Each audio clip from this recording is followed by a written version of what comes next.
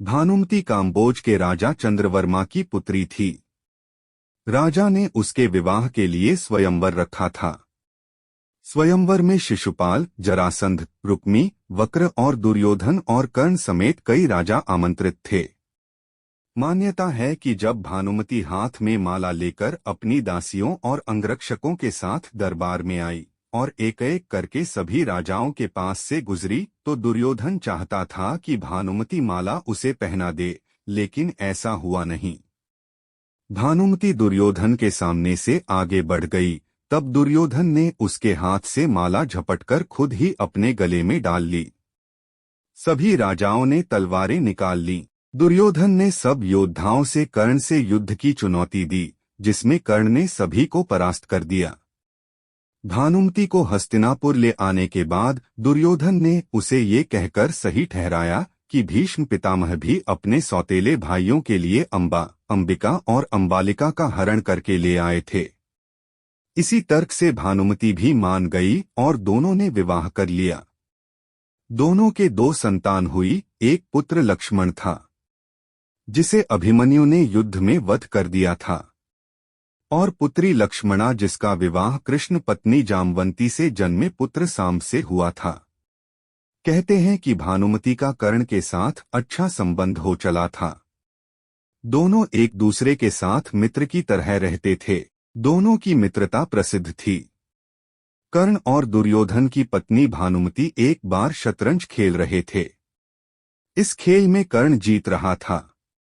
तभी भानुमति ने दुर्योधन को आते देखा और खड़े होने की कोशिश की। दुर्योधन के आने के बारे में कर्ण को पता नहीं था, इसलिए जैसे ही भानुमति ने उठने की कोशिश की, कर्ण ने पकड़कर बिठाना चाहा।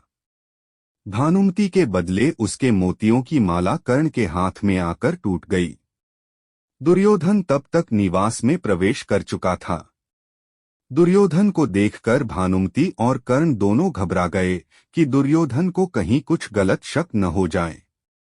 परंतु दुर्योधन को कर्ण पर विश्वास था। उसने सिर्फ इतना कहा कि मोतियों को उठा लें, और वह जिस उद्देश्य से आया था उस संबंध में कर्ण से चर्चा करने लगा।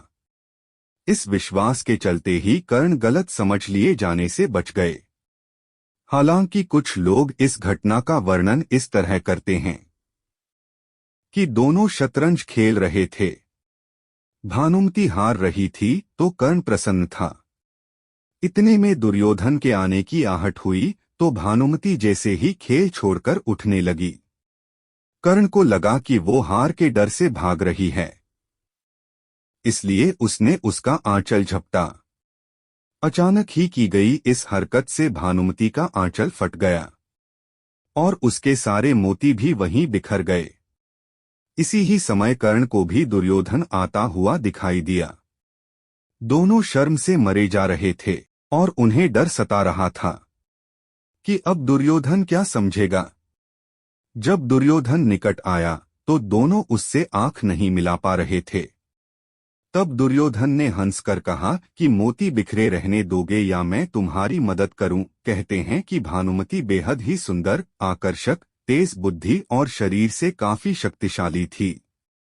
गांधारी ने सती पर्व में बताया है कि भानुमति दुर्योधन से खेल खेल में ही कुश्ती करती थी, जिसमें दुर्योधन उससे कई बार हार भी जाता था। भानुमति को दुर्योधन और पुत्र की मौत का गहरा धक्का लगा था।